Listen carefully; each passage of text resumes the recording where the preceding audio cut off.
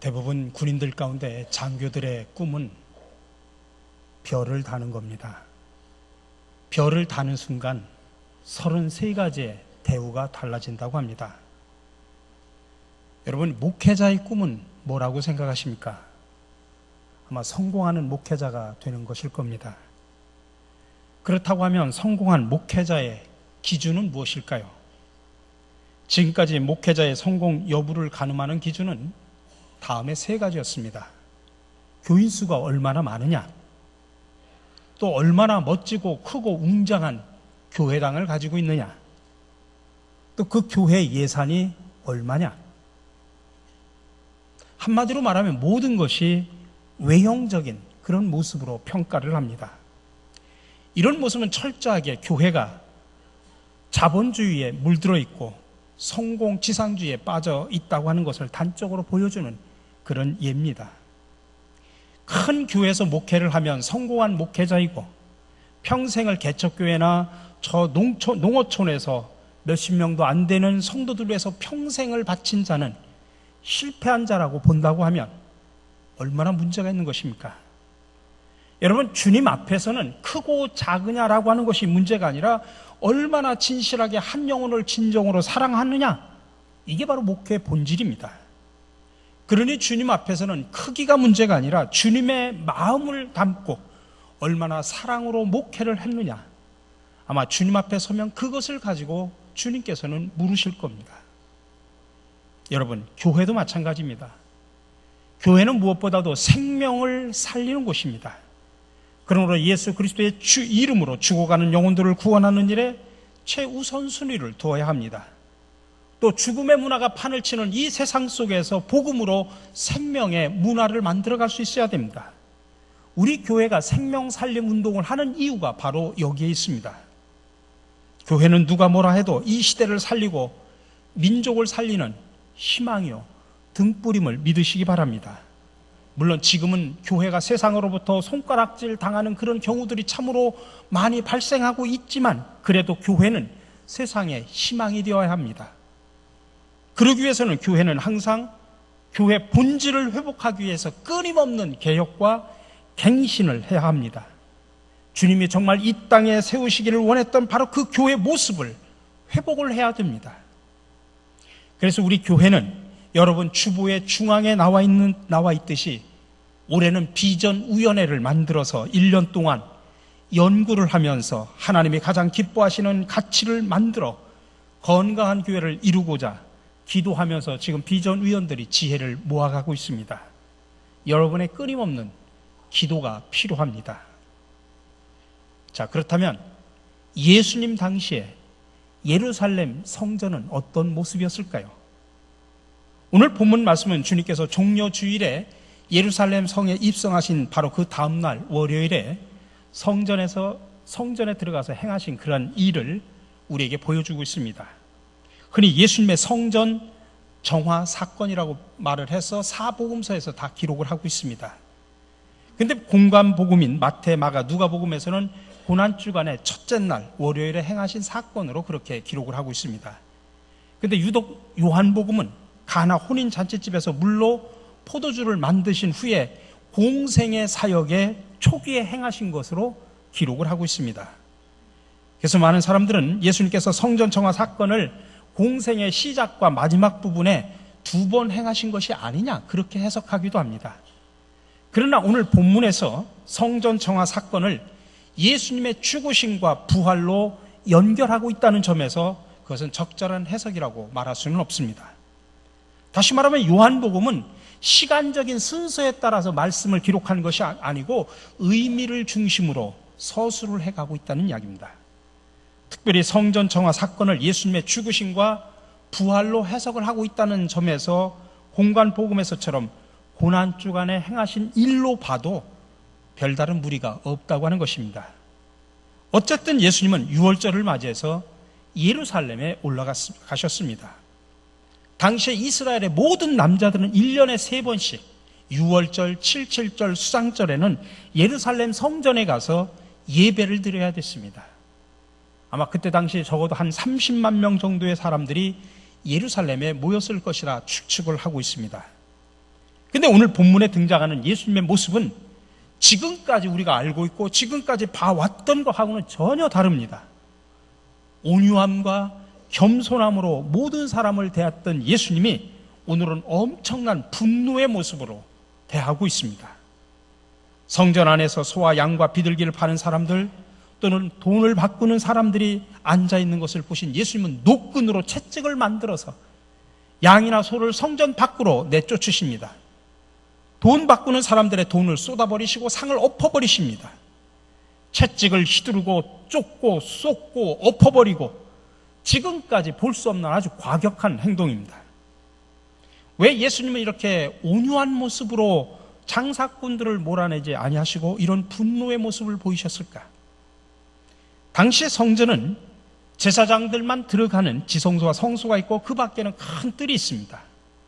큰 뜰은 유대인 남자들이 들어가는 뜰도 있고 여자들이 들어가는 뜰, 또 이방인들이 들어가는 뜰이 있습니다.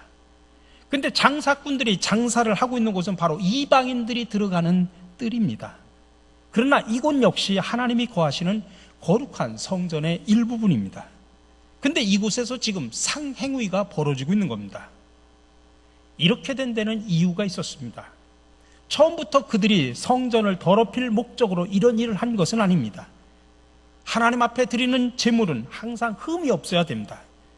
근데 예루살렘에서 멀리 떨어진 곳에서 오랜 시간에 걸쳐서 오다 보면 제물이 흠이 날 수가 있습니다. 때로는 병이 들 수도 있습니다. 그러면 그것을 제물로 드릴 수가 없습니다. 그래서 자연스럽게 이방인의 뜰에서 짐승을 사고 파는 행위가 이루어지게 됩니다. 돈을 바꿔주는 오늘날의 환전상이 성전 안에 있습니다. 예배를 드리러 오는 모든 남자들은 성전 세금으로 반세계를 바쳐야 했습니다. 근데 당시 통용되는 화폐는 로마 가이사의 황제 얼굴이 새겨진 드라크마였습니다. 그러므로 로마의 화폐를 가지고 와서 유대인의 화폐로 바꾸는 과정 속에서 환전상이 등장할 수밖에 없었습니다. 그런데 문제는 이 성전을 관리하는 제사장들이 이 장사꾼들이 성전 안에서 장사하는 것을 묵인하는 조건으로 일종의 상납금을 받습니다. 부정한 뒷거래가 이루어진 것입니다. 이들은 거룩한 성전에서 예배를 빙자해서 그들의 탐욕을 채우고 강도의 소굴로 만들고 있었습니다. 하나님을 예배하고 만나는 가장 신성하고 거룩해야 될 성전이 시장으로 바뀌고 만 것입니다. 그래서 오늘 본문은 성전의 개념과 시장의 개념을 서로 대립해서 우리에게 보여주고 있습니다. 성전이 뭡니까? 하나님 아버지가 거하시는 집입니다. 만민이 모여서 하나님께 기도드리는 곳입니다. 하나님의 백성들이 함께 모여서 경배와 찬양을 드리는 예배의 자리입니다. 죄를 지은 자들이 하나님의 사랑을 통해서 용서를 경험하는 곳입니다. 하나님이 주시는 위로와 평안을 얻는 곳입니다. 하나님이 베풀어 주시는 은혜와 복을 받는 축복의 자리, 이게 바로 성전입니다. 반면에 시장은 어떤 곳입니까? 시장은 사람들이 자기의 이익을 챙기기 위해서 모이는 곳입니다. 그곳에서 물건을 사고 팔고 흥정이 이루어집니다. 주변에 있는 시장들을 보십시오. 시장에 많은 사람들이 북적입니다.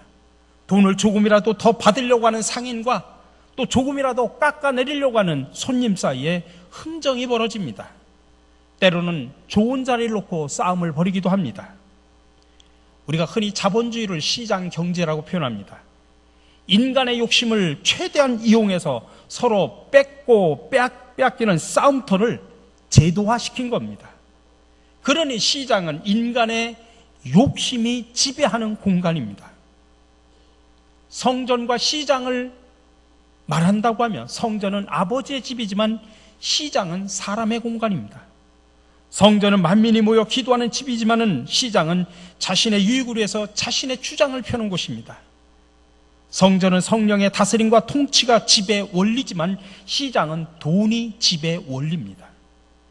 성전은 죄 많은 인간을 거룩하게 만드는 곳이지만 시장은 인간의 욕심을 자극하는 공간입니다. 성전은 하나님이 복을 주시는 곳이지만 시장은 사람이 자신의 방법으로 복을 만드는 곳입니다.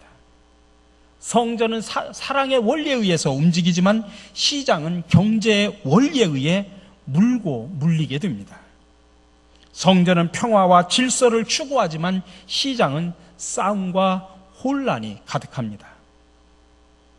근데 당시에 제사장들과 유대인들은 성전을 하나님의 집이요 예배하는 곳이라고 하면서 사실은 강도의 소굴로 만들고 가증한 일을 행했습니다.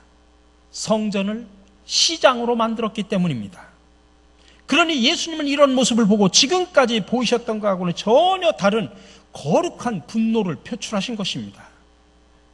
근데 오늘 말씀해 보니까 이것을 본 제자들이 17절에서 이렇게 말합니다. 제자들이 성경 말씀에 주의 전을 사모하는 열심히 나를 삼키리라 한 것을 기억하더라. 이 말씀은 시편 69편 9절의 말씀입니다. 주의 집을 위하는 열성이 나를 삼키고, 이 말은 다윗이 하나님의 성전을 사모해서 건축하고 싶었던 그 심정을 담아낸 내용입니다. 그리고 다윗은 주의 전을 위한 열심이 정말 특별했던 사람입니다.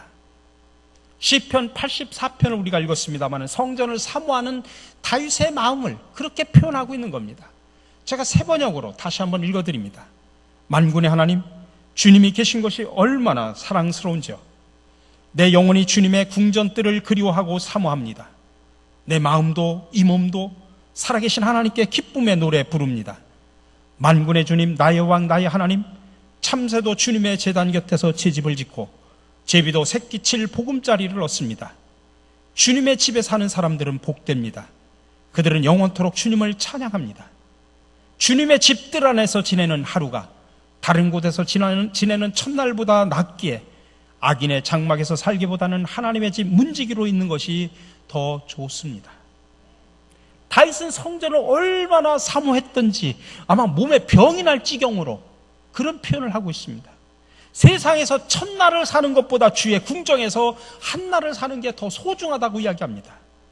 이런 다윗의 성전을 향한 열심이 하나님의 마음에 합했고 하나님을 기쁘시게 했을 것입니다. 오늘 변방 갈릴리 출신의 저 시골뜨기 예수님이 이 도시 거룩한 예루살렘 성전에서 일방적으로 장사꾼들을 내어 쫓고 상을 뒤엎는 사건을 바라본 유대인들이 이렇게 묻습니다. 18절입니다. 네가 이런 일을 행하니 무슨 표적을 우리에게 보이겠느냐? 다시 말하면 네가 도대체 무슨 권한으로 이런 일을 행하는지 그 표적을 우리에게 증명해보라. 그런 이야기입니다. 그때 오늘 주님께서는 엄청난 말씀을 하십니다. 19절입니다. 너희가 이 성전을 헐라 내가 사흘 동안에 일으키리라. 여기서 예수님이 말씀하시는 성전은 자신의 몸을 의미합니다. 그러니까 너희가 성전을 헐라, 그 말씀은 너희가 나를 죽이라고 하는 그런 뜻입니다. 예수님은 성전을 더 이상 이 건물로 보지 않으십니다. 십자가의 죽으심을 통해 온전히 이루실 구원을 말씀하고 계십니다. 실제로 예수님께서 십자가에 달려 돌아가실 때 성전의 휘장이 찢어졌지 않습니까? 죄로 맡겼던 하나님과 인간 사이에 새롭게 살 길이 뚫려진 겁니다. 이제 건물로서의 성전이 아닌 예수 그리스도의 몸을 통해서 거룩하신 하나님 앞으로 나아가게 된 줄로 믿으시기 바랍니다. 예수님이 단번에 자신의 몸을 십자가에 들이심으로 모든 인류를 위한 구원의 길을 열어놓으셨습니다. 그러므로 이제 건물로서의 성전은 더 이상 의미가 없어졌습니다. 또한 예수님은 다시 성전을 3일 만에 세우겠다고 말합니다. 내가 사흘 동안에 일으키리라. 이것은 십자가에서 3일 만에 다시 부활하실 것을 말씀하신 것입니다. 그리고 예수님은 친히 부활하셔서 거룩하고 영원한 성전이 되어 주셨습니다. 요한계시록에 보면 요한은 새 예루살렘이 하늘에서 내려오는 환상을 봅니다. 근데 그 예루살렘 성에 환상 가운데 성전을 찾아보려고 했는데 성전이 없어요. 왜 새 예루살렘에는 예루살렘 성전이 없을까? 그 이유를 이렇게 답하고 있습니다. 계시록 21장 22절입니다. 성 안에서 내가 성전을 보지 못하였으니 이는 주 하나님 곧 전능하신 이와 및 어린 양이 그 성전이심이라. 전능하신 하나님과 어린 양 예수님이 성전이시기 때문에 더 이상 건물로서의 성전은 없다는 이야기입니다. 이런 예수님의 대답에 유대인들은 어처구니가 없습니다. 아니, 사흘 만에 다시 짓다니. 사흘이라고 하면 이 웅장한 성전을 헐어내기도 불가능한 일인데 그것을 사흘 만에 다시 세우겠다니 정말 어불성설입니다. 그래서 유대인들은 조롱하듯 예수님 앞에 다시 묻습니다. 20절입니다. 이 성전은 46년 동안의 지었건을 내가 3일 동안에 일으키겠느냐? 당시에 그 유대의 분봉왕이었던 헤롯은 정말 지혜로운 정치인이었습니다. 식민지 로마에 또 잘 보이고 또 유대인들에게 또 잘 보이려고 유대인들의 성전을 증축을 했어요. 그래서 증축을 했는데 예수님 당시에 그 증축한 것이 예수님 당시에 46년 됐다 이 말씀이에요. 그 후에도 계속 증축해가지고 이 성전이, 이 헤롯이 증축한 성전이 주 64년에 완성이 됩니다. 그러니 무려 83년간이나 공사를 한 셈입니다. 근데 그렇게 잘 지은 성전임에도 불구하고 주 70년에 로마 군대에 의해서 완전히 무너지게 되었습니다. 여러분, 오늘날의 교회는 오순절 성령의 역사와 더불어 새롭게 탄생을 했습니다. 예수님을 믿는 사람들에게 하나님의 영, 성령을 부어주셔서 교회를 만드신 것입니다. 그리고 그 교회를 예수 그리스도의 몸이라 바울은 그렇게 말을 했습니다.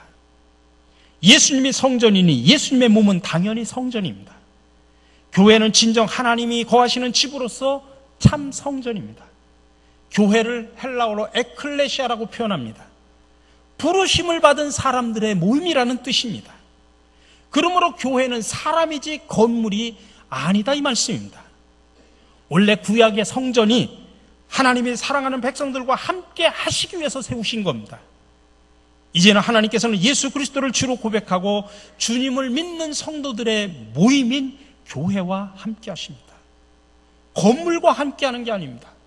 부르심을 받은 예수 그리스도를 주로 고백하고 주님을 믿는 부르심을 받은 그 성도들의 모임, 그게 바로 교회입니다. 그래서 바울은 고린도 교인들에게 이렇게 말합니다. 너희는 너희가 하나님의 성전인 것과 하나님의 성령이 너희 안에 계신 것을 알지 못하느냐? 누구든지 하나님의 성전을 더럽히면 하나님이 그 사람을 멸하시리라. 하나님의 성전은 거룩하니 너희도 그러하니라. 이제는 예수 그리스도를 주로 고백한 성도 우리 한 사람 한 사람이 교회요 성전임을 믿으시기 바랍니다. 우리 자신이 바로 거룩하신 하나님이 거하시는 성전입니다. 그러므로 우리 자신을 거룩하게 지키는 것 중요합니다. 그러니 반대로 말하면 우리 자신을 더럽히는 것은 곧 하나님의 백성의 공동체인 교회를 더럽히는 것과 마찬가지입니다. 예수님은 아버지의 집인 성전을 사랑하셨습니다. 아니, 그 자신을 십자가에서 불사를 정도로 사랑하셨습니다. 그러니 예수님을 따르는 우리들도 마땅히 성전을 사랑해야 합니다. 그러기 위해서는 하나님의 성전인 예수님을 깊이 사랑해야 됩니다. 여러분, 예수님이 복음입니다. 예수님이 구원의 유일한 길이요 진리요 생명임을 믿으시기 바랍니다. 그러면 우리는 목숨을 걸고 예수님을 사랑해야 됩니다. 예수님이 이 세상에서 가장 보배로우신 분입니다. 예수 그 이름이 여러분의 인생의 가장 귀한 이름이 되시기를 주님의 이름으로 간절히 축원합니다.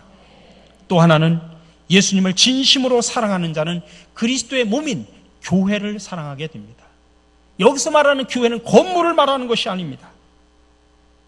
교회를 사랑하지 않는 것은 하나님을 사랑하지 않는다는 증거입니다. 하나님을 얼마나 사랑하느냐는 내가 섬기는 교회를 얼마나 사랑하느냐입니다.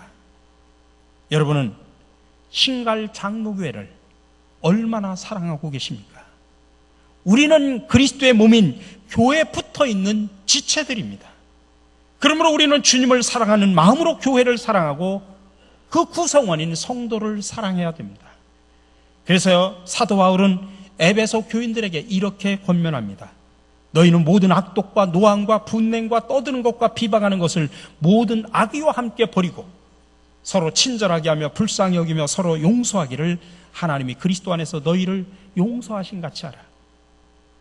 그러니 우리가 그리스도의 몸인 교회 안에서조차 서로 분을 품고 서로 비방하고 있다고 하면 그것은 교회가 아닌 시장이라는 사실을 기억하시기 바랍니다. 교회는 시장이 아닌 하나님의 집입니다. 서로 용서하고 사랑하는 곳이 바로 성전입니다. 여러분, 그렇다면 어떤 사람이 교회를 시장으로 이용하는 사람이고 어떤 사람이 교회를 하나님의 집 성전으로 섬기는 사람입니까? 고객으로 교회에 와서 교회에서 무엇을 얻을까를 우선적으로 생각하는 것은 교회를 시장으로 취급하는 것입니다. 교회에 와서 하나님께만 영광을 돌리고 하나님 중심으로 예배 드리려는 사람은 교회를 성전으로 생각하는 사람입니다. 교회에 와서 인간관계에 집중하여 이해관계로 엮어나가면 여러분 교회를 시장으로 취급하는 사람입니다. 그러나 교회에 와서 하나님의 말씀을 듣고 복음을 전하면 교회를 성전으로 생각하는 사람입니다. 교회에 와서 사람에게 욕을 하고 사람에게서 이익을 취하려고 하는 사람은 교회를 시장으로 취급하는 사람입니다. 그러나 교회에 와서 하나님께 드리려 하고 하나님의 백성을 사랑하여 섬기기를 즐겨하는 사람은 교회를 성전으로 생각하는 사람입니다. 여러분, 이 시간 여러분 가슴에 손을 얹고 솔직히 한번 생각을 해보십시오. 나는 과연 교회를 성전으로 지금까지 섬겨왔는가? 아니면 교회를 시장으로 생각하며 살아왔는가? 여러분, 교회는 하나님의 집입니다.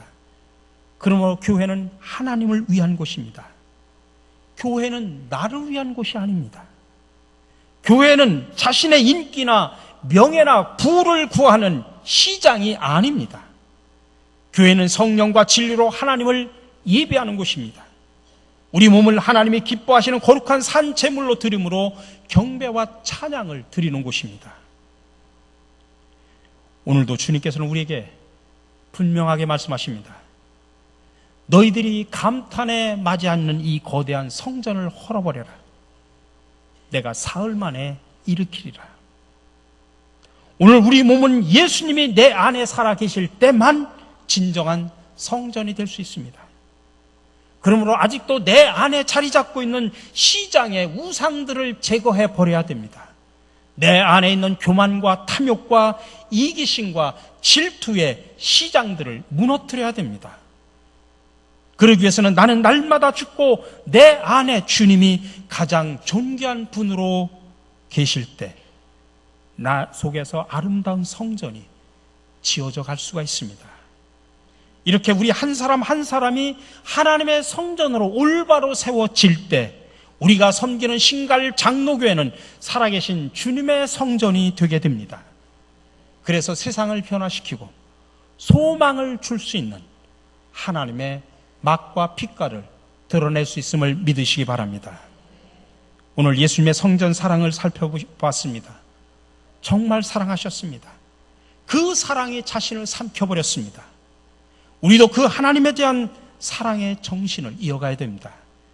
그리고 예수님의 몸인 교회를 사랑해야 됩니다.